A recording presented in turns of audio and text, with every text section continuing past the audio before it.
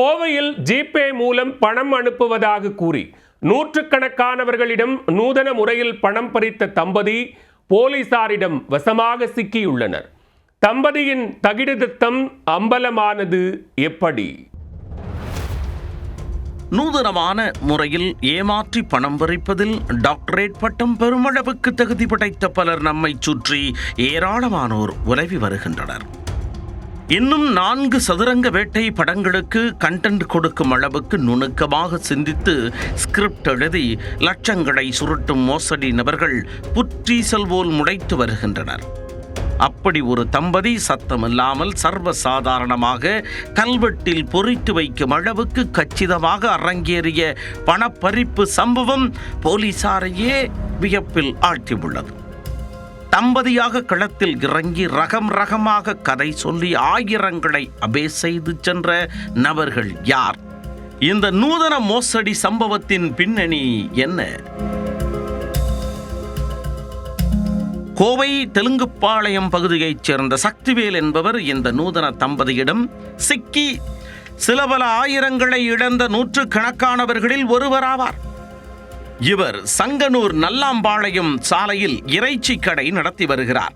கடந்த 15ஆம் தேதி வியாபாரம் முடித்து கடையை மூட தயாராகி கொண்டிருந்த போது டிப்டாப்பாக உடையணிந்து இருசக்கர வாகனத்தில் வந்துள்ளனர் அந்த தம்பதியர். அவர்கள் சக்திவேலிடம் தாங்கள் ஏற்கனவே தயார் செய்து வைத்திருந்த கதையை கூற ஆரம்பித்தனர். ஐயா, பக்கத்தில் இருக்கிற மருத்துவமனைக்கு வந்தோம். ஏடிஎம் கார்டில் பணம் இருக்கிறதால பணத்தை எடுத்துக்கலாம்னு நினைச்சு அவசரத்தில் பணத்தை எடுக்காம வந்துட்டோம்.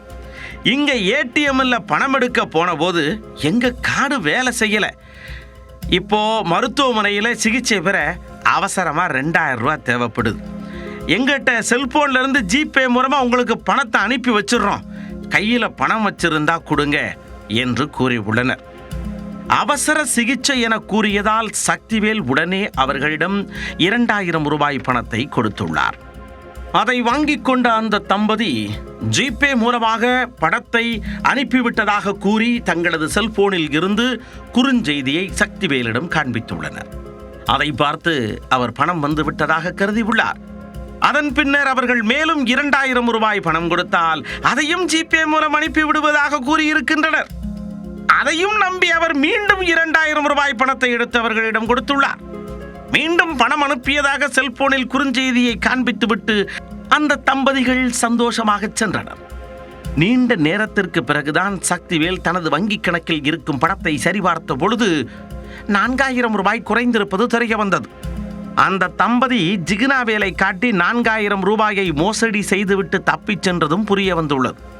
புகாரின் பேரில் கவுண்டன்பாளையம் போலீசார் நடத்திய விசாரணையில் அந்த தம்பதி சாதா தம்பதி அல்ல என்பதும் சரியான கேடி தம்பதி என்பதும் தெரிய வந்தது.